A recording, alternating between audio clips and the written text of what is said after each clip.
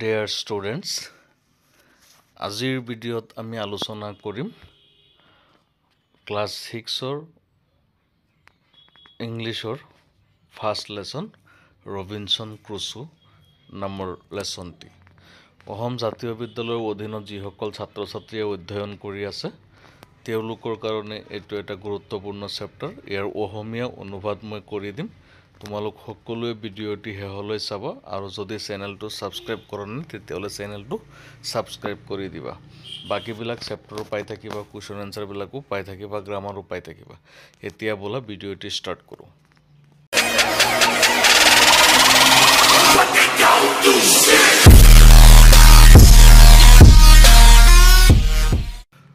ৰবিনসন ক্ৰুছো On the seashore of a lovely island, ধুনীয়া island এখনৰ দ্বীপ এখনৰ সাগৰৰ পাৰত there stood a man, এজন মানুহ থিয় হৈ আছিল. He was still dizzy, তেওঁ এতিয়া চিন্তান্বিত as he had just regained his consciousness, যিহেতু তেওঁৰ এইমাত্ৰ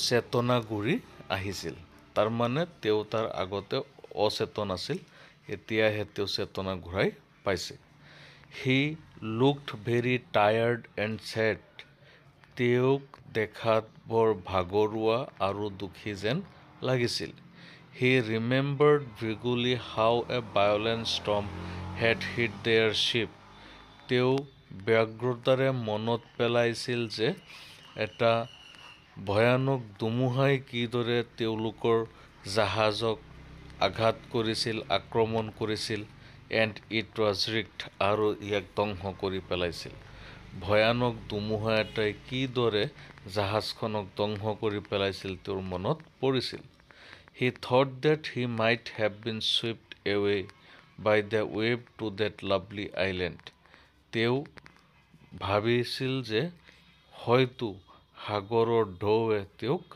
এই আইল্যান্ডখনলৈ বুৱাই আনিছে উঠাই আনিছে সাগৰৰ ঢৌৱে তেওঁক এইখন দ্বীপলৈ উঠাই আনিছে This shipwrecked sailor was Robinson Crusoe এই বিধ্বস্ত জাহাজখনৰ নাবিক আছিল ৰবিনসন ক্ৰুছো ৰবিনসন loved to travel on the sea ৰবিনসনে সাগৰেদি ভ্ৰমণ কৰিবলৈ ভাল পাইছিল on 1st September 1659 1659 চনৰ 1 ছেপ্টেম্বৰ তাৰিখে he along with some his friends তেওঁৰ কিছু বন্ধুৰ সৈতে began a journey by the sea for trade ব্যৱসায়ৰ কাৰণে সাগৰেদি যাত্ৰা আৰম্ভ কৰিছিল but luck did not favor them কিন্তু ভাগ্যই তেওঁলোকৰ সংগ দিয়া নাছিল and their ship was wrecked আৰু তেওঁলোকৰ জাহাজ ধ্বংস হৈ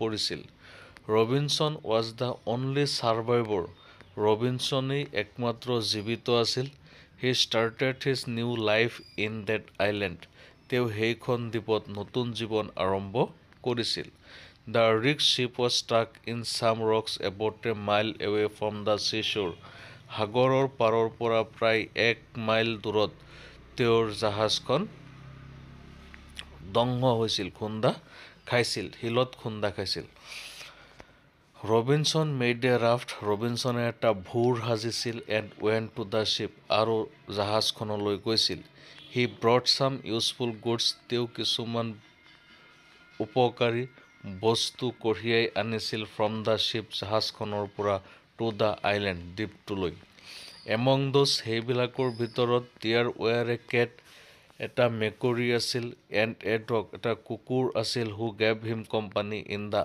island যিয়ে সেই আইল্যান্ডত দ্বীপত তেওঁৰ সংগ দিছিল ৰবিনসন built a small house ৰবিনসনে সৰু এটি ঘৰ সাজিছিল and tried to make his life as secure and comfortable as he could তেওঁ যিমানখিনি নিৰাপদ আৰু আৰামদায়ক বনাব পাৰিছিল তেওঁ চেষ্টা কৰিছিল he also tamed goats তেওঁ ছাগলী পুহিছিল পুহ মনাইছিল and cultivated a small plot of land to fulfill his need আৰু এডোখৰ মাটিত তেওঁ শস্য কৰিছিল তেওঁৰ অভাৱ পূৰণ কৰিবলৈ, অৰ্থাৎ জীয়াই থাকিবলৈ। টাইম ৱেণ্ট অন, সময় গৈ আছিল। One day Crusoe was standing near his house, এদিনাখন ক্ৰুছো তেওঁৰ ঘৰখনৰ সন্মুখত থিয় হৈ আছিল। On the sea shore looking at the sea, সাগৰৰ পাৰত সাগৰখনলৈ চাই চাই। হি ৱাজ ইগাৰলি ৱেইটিং that a ship would come towards the island, তেওঁ ব্যগ্ৰভাৱে অপেক্ষা কৰি আছিল যে এদিনাখন এখন জাহাজ আহিব সেই দ্বীপলৈ। বাট দেয়াৰ ৱাজ নট এনি, কিন্তু তালৈ একোৱে অহা নাছিল। ছাডেনলি, হঠাৎ ক্ৰুছো ছ ছাম ছেভেজেছ অন দ্য চিশ্ব'ৰ, ক্ৰুছোৱে হঠাৎ দেখা পাইছিল কিছুমান ছেভেজক, সাগৰৰ পাৰত কিছুমান ছেভেজক দেখা পাইছিল। ছেভেজ মানে ধৰি লোৱা জংলী টাইপৰ মানুহ, যিসকল এতিয়াও সভ্য জাতিলৈ পৰিণত হোৱা নাই, সিহঁতক বুজোৱা হয়। They were dragging two of their companions as if they were their prisoners, তেওঁলোকে মানে সেই ছেভেজবিলাকে চোঁচৰাই লৈ গৈ আছিল তেওঁলোকৰ দুজন কম্পানিয়নছক, যিহেতু তেওঁলোক সিহঁতৰ বন্দী আছিল, সিহঁতক বন্দী কৰিছিল। ক্ৰুছো ৱণ্ডাৰ্ড, ক্ৰুছো আচৰিত হৈছিল। হু আৰ দে, সিহঁত কোন? What are they going to do with them, তেওঁলোকে সিহঁতৰ লগত কি কৰিব, অৰ্থাৎ বন্দী দুজনৰ লগত ছেভেজবিলাকে কি কৰিব। Crusoe hid himself behind a bush and noticed that the savages had killed one of their prisoners while the other escaped, ক্ৰুছোৱে দেখা পাইছিল, ক্ৰুছোৱে নিজকে লুকুৱাই ৰাখিছিল আৰু লক্ষ্য কৰিছিল যে ছেভেজবিলাকে এটা মানুহক, এজন বন্দীক বা এটা বন্দীক হত্যা কৰিছে আৰু আন এটা পলাইছে। হি ৰান টুৱাৰ্ডছ দি আইলেণ্ড, তেওঁ সেই আইলেণ্ডখনলৈ দৌৰি গৈছিল। টু আদাৰ মেন ফল'ড হিম, আৰু দুজন মানুহে তেওঁক অনুসৰণ কৰিছিল।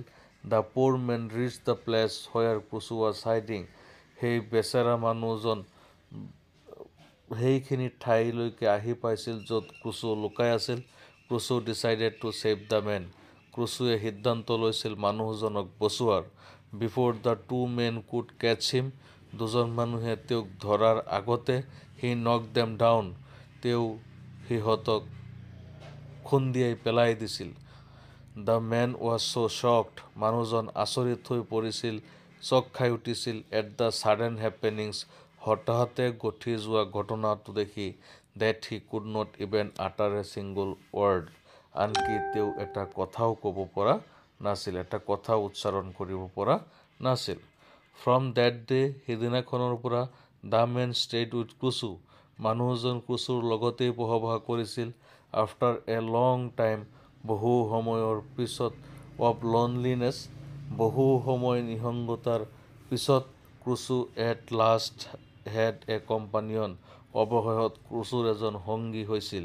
ক্ৰুছো নেমড হিম ফ্ৰাইডে, ক্ৰুছোৱে তেওঁৰ নাম ৰাখিছিল Friday. As he was rescued on a Friday, যিহেতু তেওঁক ফ্ৰাইডেতেই ৰেস্কিউ কৰিছিল, উদ্ধাৰ কৰিছিল।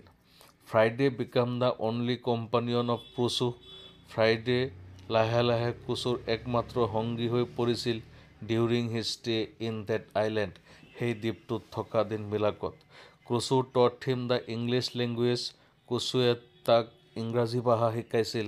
And all those things of a civilised life, আৰু সভ্য মানুহৰ সকলোবিলাক শিকাইছিল, সভ্য জীৱনৰ সকলোবিলাক শিকাইছিল। ওৱান ডে ফ্ৰাইডে কেম ৰানিং টু ক্ৰুছো, এদিনাখন ফ্ৰাইডে দৌৰি দৌৰি ক্ৰুছোৰ ওচৰলৈ আহিছিল। হি শ্বাউটেড, তেওঁ চিঞৰিছিল। মাষ্টাৰ, দে হেভ কাম, মালিক, তেওঁলোক আহিছে। ক্ৰুছো আস্কড হিম হু হেড কাম, ক্ৰুছোৱে সুধিছিল কোন আহিছে। Friday pointed to the sea, ফ্ৰাইডেয়ে সাগৰখনলৈ ইংগিত দিছিল। Crusoe saw that a ship with an English flag was coming towards the island, ক্ৰুছোৱে দেখা পাইছিল এখন ইংলিছ ফ্লেগ লগোৱা জাহাজ এখন আইলেণ্ডৰ ফালে আহি আছিল। হি ছেইড টু ফ্ৰাইডে, তেওঁ ফ্ৰাইডেক কৈছিল, ড'ন্ট গ' নিয়াৰ দেম নাও, সিহঁতৰ কাষলৈ নাযাবা। We do not know' if they are our friends or enemies, আমি নাজানো সিহঁত আমাৰ বন্ধু নে শত্ৰু। The ship was English ship জাহাজখন ব্ৰিটিছৰ আছিল Crusoe somehow convinced the members of the ship to carry him ক্ৰুছোৱে তেওঁলোকক কেনেবাকৈ কনভিন্স কৰিছিল তেওঁলোকৰ লগত নিবলৈ and Friday to England Friday আৰু ক্ৰুছোক ইংলেণ্ডলৈ লৈ যাবলৈ Crusoe was very excited Crusoe বৰ এক্সাইটেড আছিল উল্লাসিত আছিল and on a fine Sunday আৰু এদিনাখন দেওবাৰে they made the preparation to leave the island তেওঁলোকে সেই দ্বীপ এৰি যোৱাৰ প্ৰস্তুতি লৈছিল Crusoe took with him a large goat skin cap ক্ৰুছোৱে লগত লৈছিল এটা ছাগলীৰ ছালেৰে তৈয়াৰ কৰা টুপি এণ্ড এ লাৰ্জ আমব্ৰেলা আৰু এটা ডাঙৰ ছাতি which he had made himself যিটো তেওঁ নিজে বনাইছিল during his stay in the island সেই আইলেণ্ডত থকা দিনকেইটাত ইট ৱাজ 19 নৱেম্বৰ 1686 1686 চনৰ 19 নৱেম্বৰ তাৰিখ আছিল সিদিনাখন Crusoe and Friday left the island forever Crusoe আৰু ফ্ৰাইডে চিৰদিনলৈ সেই আইলেণ্ড ত্যাগ কৰিছিল Robinson Crusoe had lived in the island for 28 years 2 months and 16 days Robinson Crusoe তাত থাকিছিল 28 বছৰ 2 মাহ 16 দিন what an adventurous life he had in the island for such a long time বহু সময়ৰ কাৰণে তেওঁৰ কেনেকুৱা অভিযানমূলক ভ্ৰমণ আছিল সেই দ্বীপত এইখিনি হৈছে তোমালোকৰ এই চেপ্টাৰৰ অসমীয়া অনুবাদ তোমালোকে ভালকৈ চাবা শিকিবা আৰু ইয়াৰ কুৱেশ্যন এনচাৰবিলাক নেক্সট ভিডিঅ'ত মই তোমালোকৰ কাৰণে আগবঢ়াম তেতিয়ালৈকে ধন্যবাদ